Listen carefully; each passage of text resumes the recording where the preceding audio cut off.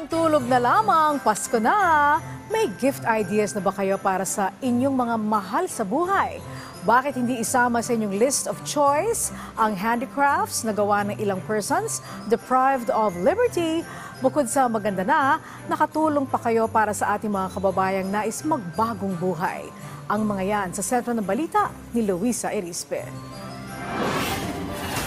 Tuwing araw ng Pasko, nasa kultura na ng mga Pilipino ang pagbibigay ng regalo. Pero ano nga ba ang pinakamagandang regalo? Ano pa kundi yung binuo ng may kasamang puso. Yan ang hatid ng mga persons deprived of liberty para sa atin. Ito ay ang kanilang mga makukulay at matitibay na produkto na sila mismo ang gumawa. Mula sa mga bag, disenyo ng bahay, parol at kahit painting, mabibili lang yan sa murang halaga.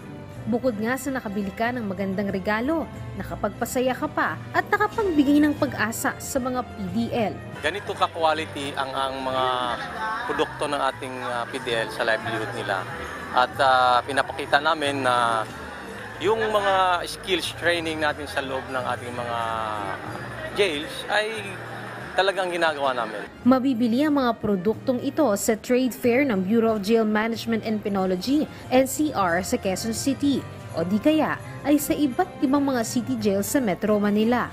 Ayon sa BJMP, bukod sa pagbibigay saya sa mga PDL tuwing Pasko, daan din ang trade fair para maipakita na may pagkakataon pa silang magbago at magkaroon ng hanap buhay paglabas ng kulungan. Kapag lumaya na, hirap yan makahanap ng trabaho, mag-a-apply ng trabaho kasi tinitingnan ng mga employees yung background.